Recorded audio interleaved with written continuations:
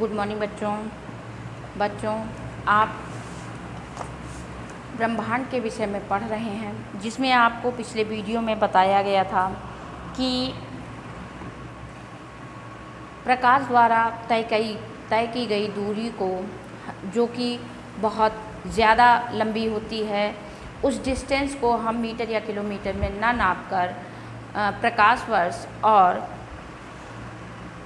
Parsec में नापते हैं। और इन दोनों दूरियों में यानी प्रकाश वर्ष और पार्सेक में क्या संबंध होता है, उस संबंध को भी आपको बताया गया था। आज का जो आपका टॉपिक है बच्चों, वह है आकाशगंगा। आकाशगंगा क्या है, किसे कहते हैं? तो बच्चों, आप सबको पता है कि आकाश में बहुत ढेर सारे तारे हैं, असंख्य तारे हैं जिन्हें हम गिन नहीं सकते या अपनी नंगी आँखों से, आपको पिछले वीडियो में ही बताया था कि हम अपनी नंगी आँखों से यानी विदाउट माइक्रोस्कोप हम अपनी आँखों से लगभग 3000 तारे एक बार में देख सकते हैं। लेकिन अगर आपसे ये कहा जाए कि आकाश में कितने तारे हैं या कितनी दूरी पर ये आपस में होते हैं, यानी एक तारे से दूसरे तारे के बीच में कितनी दूरी होती है, तो इसके लिए कोई उचित माप नहीं है। यानी कि इन तारों के बीच में डिस्टेंस कितनी है या कितनी होनी चाहिए, ऐसा कोई निष्कर्ष नहीं है। इन तारों की जो बीच की दूरी है वह कहीं कम और कहीं ज़्यादा होती है। लेकिन तारों के इन जहाँ पर तारे बहुत इकट्ठे दिखाई देते हैं, यानी तारों का बड़ा सा समूह जहाँ पर गुच्छे गुच्छे रूप में ज़्यादा इकट्ठे तारे दिखाई देते हैं, तारों की संख्या जहाँ पर ज़्यादा होती है, ऐसा समूह आकाशगंगा कहलाता है। आकाशगंगा में लगभग 100 अरब तारे होते हैं, यानी कि 100 अरब या उससे अधिक तारों के समूह को ही आकाशगंगा कहा जाता है। बच्चों, आसमान में यदि देखिए कभी चाँद ना निकला हो तो आपको तारों से ही बनी हुई एक रेखा दिखाई देती है। उस रेखा या पट्टी को हम आकाशगंगा कहते हैं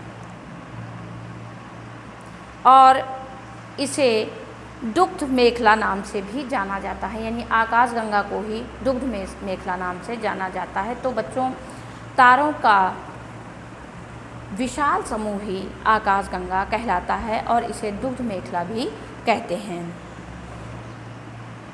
और इस आकाशगंगा के कारण ही जो चंद्रमा की गति होती है, सूर्य की जो गति होती है बच्चों, वह नियत चाल से यानी 220 किलोमीटर प्रति सेकेंड की चाल से लगातार घूमता रहता है। और जो आकाशगंगा की आकृति होती है बच्चों, वह सर्पाकार होती है, न कि सीधी। आपको ये बताया ना कि एक सीधी रेखा होती है, तो वह एकदम सीधी रेखा नहीं होती, कुछ सर्पाकार होती है। और इसका व्यास लगभग 1 लाख प्रकाश वर्ष होता है, यानी ये बहुत लंबी दूरी है, इसीलिए इसको प्रकाश वर्ष में नापा जाता है। अब बच्चों, तारामंडल। तो तारामंडल बच्चों, तारों का वह समूह है जिसे हम किसी योग्य आकृति द्वारा पहचानते हैं। देखिए, हम कभी कभी आकाश में तारों को देखते हैं तो उस तारों के झुंड में हमें कुछ आकृतियाँ समझ में आती हैं, यानी ऐसा तारों का समूह जहाँ पर हमें कुछ समझने योग्य आकृतियाँ दिखाई दें या हमें आकृतियाँ समझ में आए, ऐसा समूह तारामंडल कहलाता है।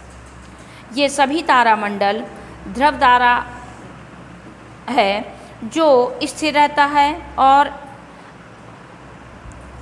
कुछ आसानी से पहचाने जा सकने वाले तारामंडल हैं और जिन्हें बृहद सप्तऋषि और लघु सप्तऋषि के नाम से जाना जाता है। बच्चों, आज के लिए केवल इतना ही कि आप आकाशगंगा किसे कहते हैं और तारामंडल क्या होता है। आगे के वीडियो में आपको बृहद सप्तऋषि और लघु सप्तऋषि के बारे में बताया जाएगा। Thank you.